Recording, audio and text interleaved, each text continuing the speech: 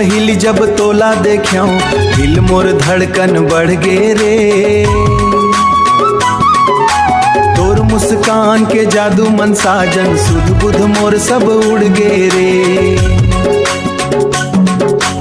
गोरी तोर झुमका चमके जैसे चंदा के उजियार। तोर खातिर सजथे सपना हर दिन यौ हर त्योहार। तोर संग जिए बर बर मन लागे वो, तोर संग हंसे बर बर मन लागे।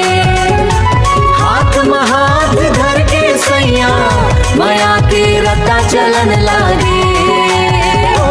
तोर संग जिए बर मन लागे, तोर संग गाए बर मन लागे।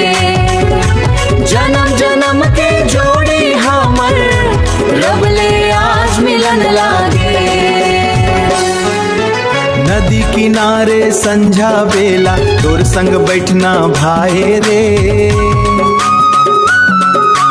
धीरे धीरे कहे माया के बात दिल मोर गुनगुनाए रे। महुआ फूले खुशबू बिखरे तोर अचरा लहराए रे। देख देख तोर भोला चेहरा मोर मन हर्षाए रे। तोर संग जिए बर मन लागे हो, तोर संग हंसे बर बर मन लागे। हाथ में हाथ धर के सैया माया के रत्ता चलन लागे।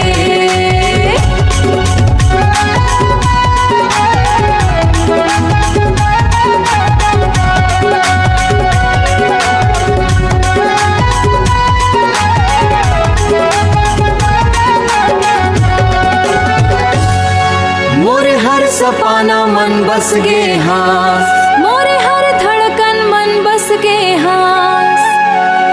दुनिया चाहे जाऊं कह दे अमर माया मर रही जही रे।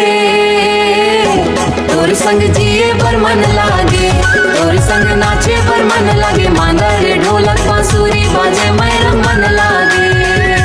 तोर संग गाए बर मन लागे।